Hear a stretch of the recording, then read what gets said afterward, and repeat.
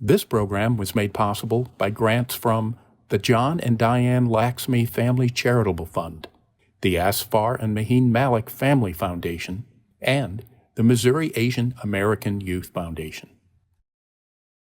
Some people like to label eating disorders as like, well, that's that culture's problem, that's that gender or ethnicity's problem, but it can touch anybody, any gender, any ethnicity, any culture, any age, any sex.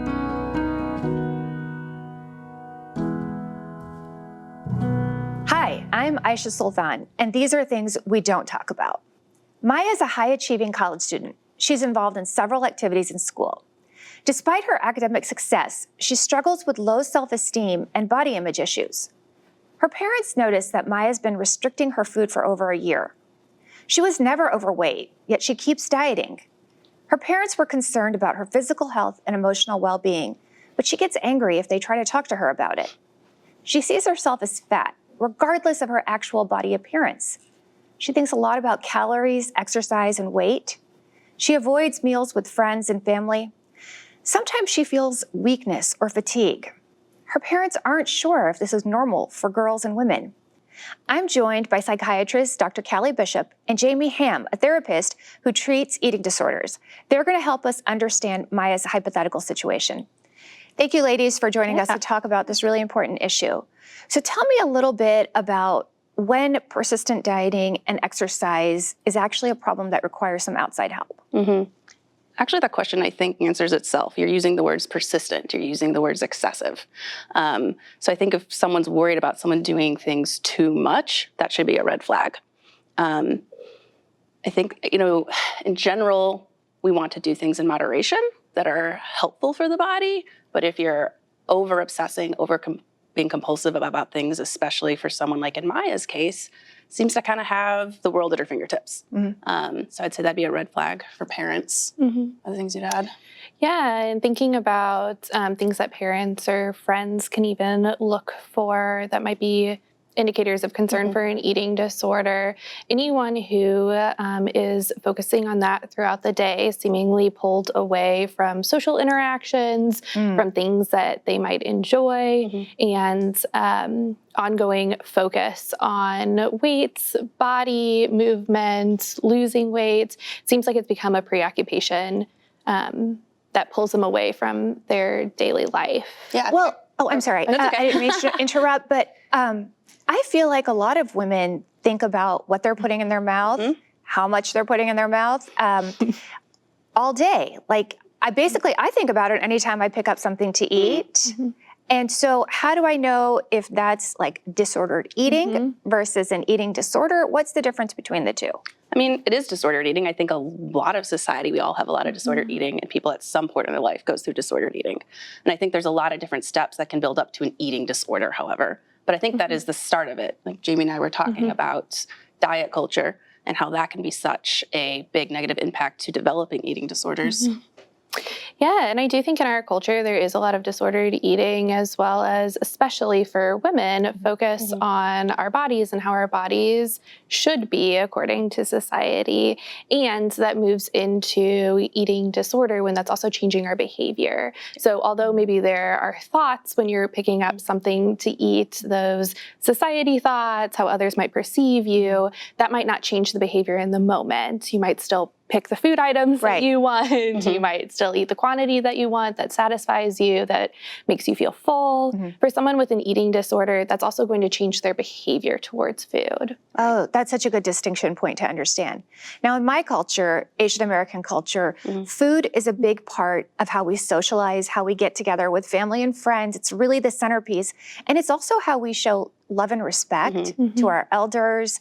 And so in that cultural context, how does eating disorder treatment or therapy work in? Yeah, there's a lot to say about that in cultures and eating disorders. I think, that's, a lot of cultures. Food plays a huge role into it. So I think one thing to point out first is that some people like to label eating disorders as like, well, that's that culture's problem, that's that gender or ethnicity's problem, but it can touch anybody, any gender, any ethnicity, any culture, any age, any sex. So I think that it's helpful to think about what role does it have, though, in your life and in your family's life, and then to kind of take that aspect and figure out, like, what are we teaching our kids? How do we want them to appreciate food? Mm-hmm. Yeah, and in thinking about that social aspect, there are so many cultures that food plays a large role in tradition and socializing and being together. Food is the center stone for connection within families and holidays and being together. And so an eating disorder also targets that specifically, pulling someone away and isolating. We often say that eating disorders thrive in isolation and secrecy. And so we're also seeing an impact on being able to participate in tradition or being able to connect with family because food is being targeted. So how does a family respond? Because for example, in our culture, if you are not eating at least a little bit of everything that's put out, or you're not finishing everything that you took, then people get offended or upset. I'd say, right, there's some great aspects of having that neutrality with food, and the aspect of, like, I want to share this with family. I want this to be a positive thing, right? We want that to be something that people socialize around because it is such an important part. But I think there is something that people should take a look at within their own home, is how much pressure is put on it. At the end of the day, we want to have moderation. So we want you to appreciate the food, but you also don't want it to feel like a negative connotation with it. So it's like, here's the food, please enjoy it. If you don't, you should also listen to what your body says. And this might take in kind of maybe another segue, but it's taking also the labels off of what is considered healthy and unhealthy. It's just food, and appreciate it for what it is. Yeah, and often along those same lines, when we're talking about food, we're talking about this is nourishment and energy for your body. This is something that often for our patients is medicine, is learning to interact with food regardless of what the behaviors have been. So where does it stem from, this desire to not eat or control your food? That's another, a lot of things you can say about that. I think it's not just one thing. Some people start the disorder because they have poor body image, and they have poor body image that then leads them to try to control what they put into themselves. Other people kind of are looking for control. Maybe they feel lost in their family dynamic or in society dynamic, or they have other psychiatric things going on, and they try to find what they can control in their life, and food seems to be the easiest. And once you start that, you get into the idea of, like, well, now I can also be perfect in how I look. So there's a lot of different ways it can come about. Other things. Yeah, and I think that piece of control around food is really important, because an eating disorder is not just restriction of food, it's a poor relationship with food that's impacting behavior to an unhealthy degree, and that can also impact medical stability. But that unhelpful relationship with food and that control around food can be stemmed from many different aspects combining. So not only those social pressures, but also internal beliefs, family dynamics, and also some genetic components. Oh, some genetic components also. Because I know sometimes with parents, like, if I feel like one of my children is not eating, it feels like a reflection on me. Like, I've done something wrong. I'm somehow to blame for this. And do you hear that from parents of? All the time. Yeah, like, what did we do? What did we do wrong? And I learned this from people I've worked with throughout the years, where they say, parents, you do not cause eating disorders. This is not your fault. However, are there things that we are doing that is helping the eating disorder kidnap your child? Oh, that's so interesting. Yes. So helping the eating disorder kidnap your child. Can you say a little bit more about that? Yeah, and I think that's a really important thing with eating disorders, that I think the example of Maya is really kind of emphasizes that eating disorders, as Jaimee put it forward, they want to be hidden. They don't want to be found, because they know if they're found, we're going to take it away from them, right? This child, adolescent, adult, any age, right?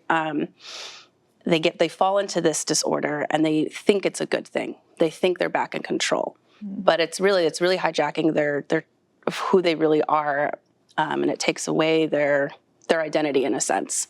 So, right, parents are trying to reach out. Maya pushes them back, but it's because she thinks they're going to take the eating disorder. But at the end of the day, no one actually wants an eating disorder. It tricks you into thinking it feels good, but no one wants to starve themselves. No one wants to feel out of control with food, depending on which type of disorder you have. So it's like, continue to fight for your kid, continue to find people to work with them, because at the end of the day, people do want help with it.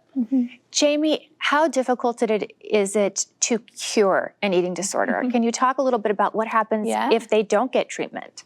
Yes, eating disorders are incredibly dangerous. And so without getting treatment of some sort, and there's many different levels of care, different acuity levels, depending on the significance of the eating disorder, how much it's impacted medical stability, family dynamics, all of those different factors, but can be incredibly dangerous if not treated at some level. When we think about the idea of a cure for eating disorders, this is something that comes up a lot with the parents. Is this something that my kid will struggle with for the rest of their life? Are we always going to have to monitor their meals? Are we always going to have to sit with them while they eat? The short answer is no. And eating but right now, you're going to have to. For a period of time, that's incredibly important. We want to create that containment both through the treatment team, which is multidisciplinary, and then also through family support, through parents coming in and helping provide that containment. And that does last for a period of time. And the goal is that someone moves back to where they would have been before the eating disorder, that they have a positive relationship with food, that there is an ability to care for themselves. We tell people that it might not be realistic for them to love their body at the end of the recovery journey, but our goal is that there's neutrality, that there's not engaging in behaviors as a result of body image distress. If you don't mind, one thing I'd like to add to that, I think we don't talk about enough, is that eating disorders have one of the highest mortality rates out of any psychiatric illness. It's only next to opioid use. And people talk about opioid use disorder a ton, right? It's this epidemic of people dying. Eating disorders are only second to that. Wow. Yeah, I don't think a lot of people realize that a number of people die every year from an eating disorder. Yes. And so hopefully this conversation helps us think about our society's disordered relationship with food and dieting. I mean, we seem to live in a disordered eating culture. Correct. But at the same time, we also have this movement of body acceptance. And, it's a lot more, there's a lot more acceptance around different body size. Are you seeing that reflected in the way people think about body image?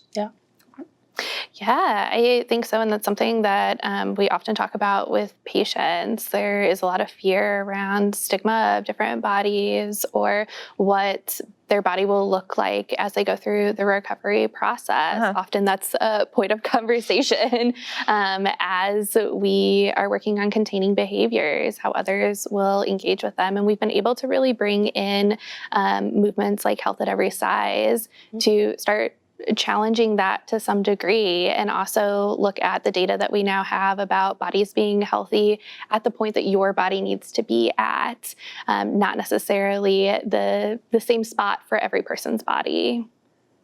And do you feel like medical culture also can contribute to our disordered relationship with food? Because I will tell you, I used to weigh a lot less, and I went to a doctor's office, and she said I was not in the ideal place in terms of I could stand to lose a few pounds, which was really surprising to me. But she's a medical doctor. So what are your thoughts on that, Dr. Bishop?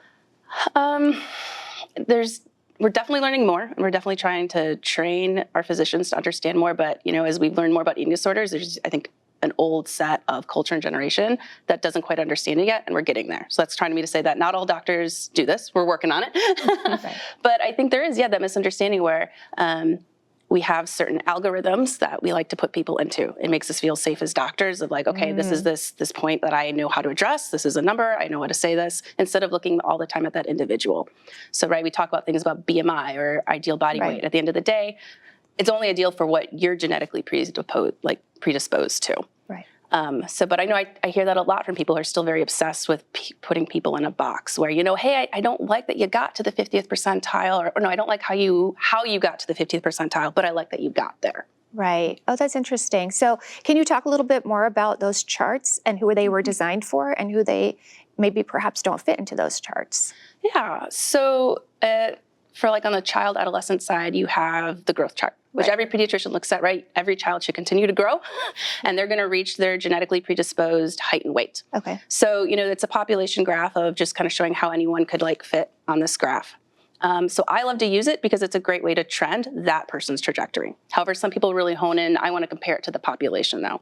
And everyone wanting to be better and competitive, they're like, let's at least be 50th percentile. Maybe let's be under 50th percentile, especially in cultures that favor thinness. Some cultures don't, and you could have the opposite situation. So when you focus on just the number of like, how do I compare to other people? That's where I think you can go wrong. You want to use these charts as how does it trend for that individual. And that's sometimes a characteristic that is linked with eating disorders is feelings of being very competitive or overachieving. That's often something that we see in clients that we work with.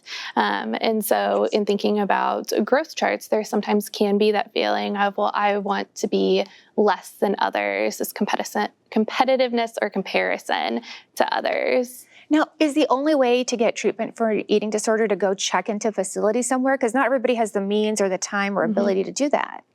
No, there's a lot of different avenues. And I think we've worked at kind of every level of care. Yes. I mean, ideally, you'd want someone to stay outpatient. No one wants to be in a facility. Right. And as wonderful as facilities are, like, it's not fun. I don't want someone to be in a facility if they don't have to. So it's finding a provider who understands eating disorders, right? So they don't try to put you into that box of like, this is what you should weigh. Right. And then it really just depends at that day, like how severe the thoughts are, how can family be involved, and what is their medical stability.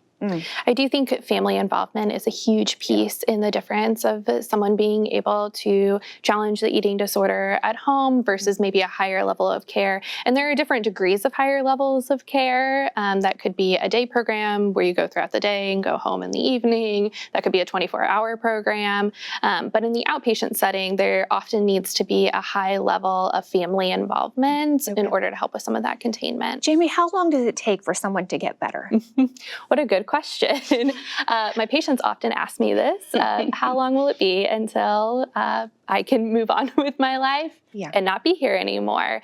The answer is that looks different for everyone. And unfortunately, we can't often predict the exact trajectory of someone's treatment. Treatment isn't linear. We don't just move forward. We introduce new challenges. There are setbacks. There are times that the eating disorder is going to be more pronounced throughout the treatment of an eating disorder. And so that really looks different based on an individual and their own unique eating disorder. Can you walk me through a day in a treatment facility, what that looks like? Absolutely. So throughout a day, if we're thinking about like a residential setting, so a pretty high level of care where someone is there 24/7, there's often an integration of different group therapies. So those are going to be many different kinds of therapeutic modalities. Often there is a psychoeducation component, a skills component, so learning alternative skills when urges come up, body image, things like that. And then there's also integration of individual therapy, working with a specific dietitian, working on the medical side of things with a psychiatrist, and often nursing that is there and available to. That then all comes together for the therapeutic meals. Oh, so it sounds like almost like a school to relearn your relationship to food and eating? Is that right? You could say that, yeah. So I think the most therapeutic aspect of it is those meals. So most places have like 3 meals and 3 snacks a day. Okay. And that's challenging for people who are struggling with their relationship with food. So right, as Jaimee was saying, we have, medical, physicians, nurses, therapists all coming together to help, like you said, them feel confident in that relationship and continue to challenge things. Dr. Bishop, what are some medical ways that you treat people who have eating disorders? Primarily, we like to start with therapy first, since it can be very much a psychologic disorder, having people feel more confident about their body and challenge these negative thoughts around food. Sometimes, though, if there's other psychiatric comorbidities, which really just means other diagnoses that you have, medications do need to be needed. So if you have a terrible case of depression or anxiety, we might need to work on that so you can focus on that therapy. Some eating disorders also do tend to need certain medications to calm some of those basically thoughts screaming at you to not eat. Oh, wow. And Jaimee, what are some things that we don't normally talk about in relation to eating disorders?